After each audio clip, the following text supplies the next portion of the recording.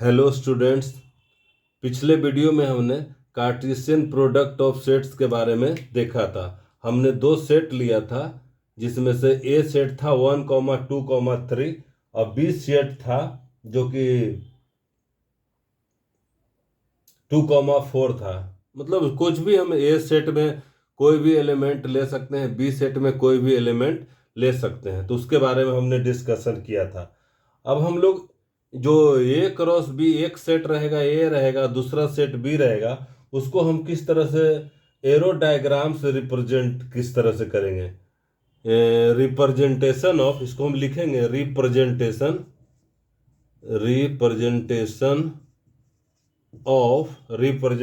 Of A cross B, representation of A cross B using arrow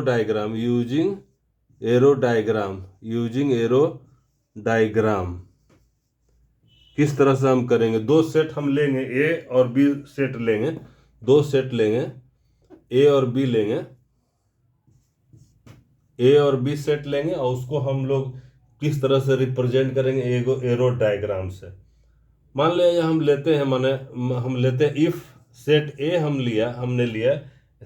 हमने लिया ए comma B comma सी, हम कुछ भी ले सकते हैं 1,2,3 x y z, हमने लिया 1 2 3 एंड और बी सेट लिया हमने, बी सेट जो ले रहे हैं वो हम ले रहे हैं 1,2,3।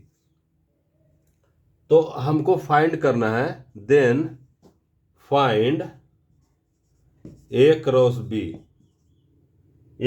बी को हमको एरो डायग्राम से भी पता लगाना है। एरो डायग्राम में क्या होगा।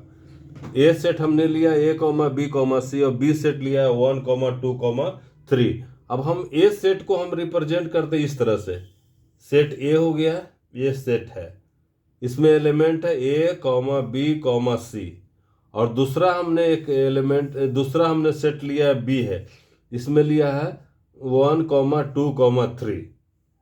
तो इस तरह से कार्टेशियन प्रोडक्ट इसका किस तरह से निकालेंगे। तो ये को हमने देखा ऑर्डर्ड पेयर बनाएंगे, पहला एलिमेंट ए से लेंगे दूसरा, तो ये को हमने इस तरह से बनाया, A,1 हो गया, दूसरा हो जाएगा A,2, तीसरा हो जाएगा A,3, A,1 A,2 A,3।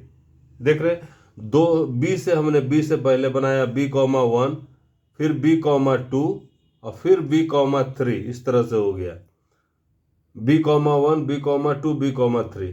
सी से बनाया तो C,1, फिर C,2 और C,3। हम देख रहे हैं क्या बना।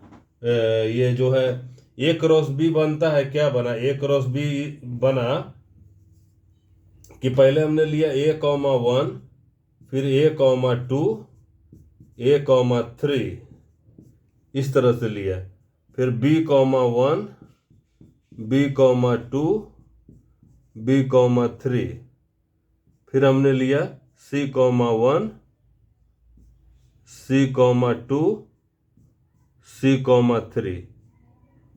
इस तरह से हमने जो बनाया, ये रिलेशन को दिखाया, ए क्रॉस बी के रिलेशन को ये हमने दिखाया, ये पूरा ये दिखाया है। इसको कह रहे हैं कि एरो डायग्राम से रिप्रेजेंट कर रहे हैं। तो ये जो है कार्टेशियन प्रोडक्ट को इस तरह से भी रिप्रेजेंट किया जा सकता है। इसमें और भी मतलब है कि जैसे हम एक और कोई एग्जाम्पल ले लेते हैं। हमने तो ये ले लिया, मान लीजिए एक दूसरा एग्जाम्पल हम ले लेते हैं कि ए सेट लेते हैं। मान लीजिए कि इफ सेट ए बराबर अगर रहेगा 1,2,3 1,2,3 और दूसरा सेट लेते हैं एंड बी एक सेट लेते हैं, बी में हम रखते हैं एलिमेंट इसमें 3,4,5, तब हम ए क्रॉस बी फाइंड करेंगे। तो हम ये लेंगे यहाँ से ए सेट हमने इससे लिया ए, और ये बी इसका सेट हमने रिप्रेजेंट किया डायग्राम में, ये है 1,2,3 और इसमें है 3,4,5।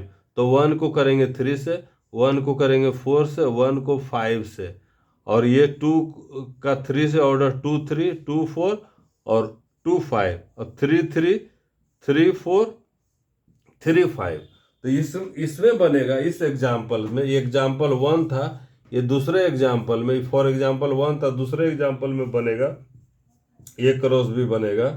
क्या बनेगा? 1,3, 1,4, 1,5। इस तरह से 2,3, 2,4, 2,5 और 3 से 3,3, 3,4 और 3,5। इस तरह से हम एरो डायग्राम से रिप्रेजेंट करेंगे कार्टेशियन प्रोडक्ट को। ये भी बहुत इंपॉर्टेंट है। उसको पहले हमने रोस्टर फॉर्म में देखा, ये रोस्टर फॉर्म में है या टेबुलर फॉर्म में है या लिस्टेड फॉर्म में है। ये भी टेबुलर फॉर्म है और ये जो है एरो डायग्राम के फॉर्म में है, ये वेन डायग्राम के फॉर्म में है। दोनों सेम मीनिंग है। तो हमने देखा कि किस तरह से एरो डायग्राम से रिप्रेजेंट करेंगे A क्रॉस B को, कार्टेशियन प्रोडक्ट को एरो डायग्राम से किस तरह से रिप्रेजेंट करेंगे, इस वीडियो में हम लोग देखें।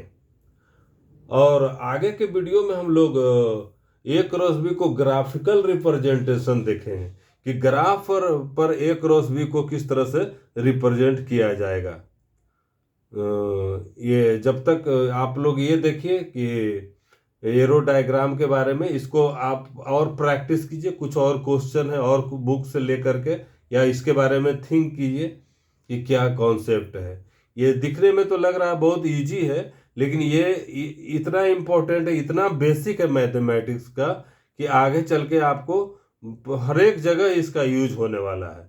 इसलिए हमने ये छोटा सा ही नॉलेज है, लेकिन ये बहुत ज़रूरी नॉलेज है, इसलिए हमने इसका वीडियो बनाया है।